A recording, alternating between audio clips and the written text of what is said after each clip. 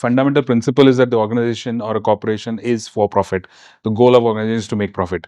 Everything else is secondary.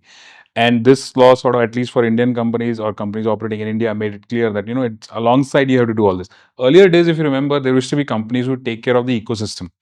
Like you talk about a township of a large company, a large factory, they're taking care of this, setting up schools, they're setting up hospitals, and so on. So they had an impact any which ways. Yes. Which somehow over the last, I think maybe 80s or 90s, especially in the US, and then it percolated to India, where the aspect of there being more to this company than just making profit kind of got backseated a little bit, and then this law sort of brought it back into the forefront.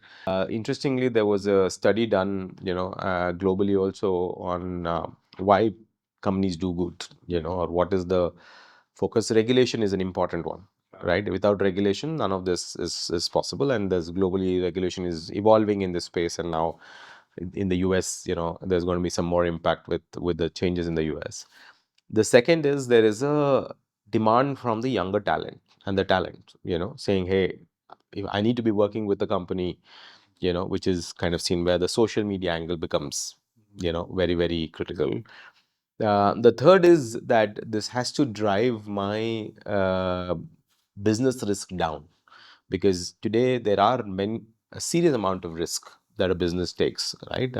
In terms of be it climate, be it societal, all of these are risks that a company is going to face.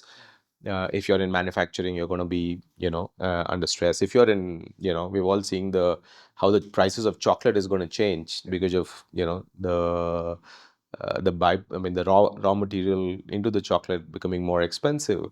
So all of that, are going to be risks that you need to kind of address.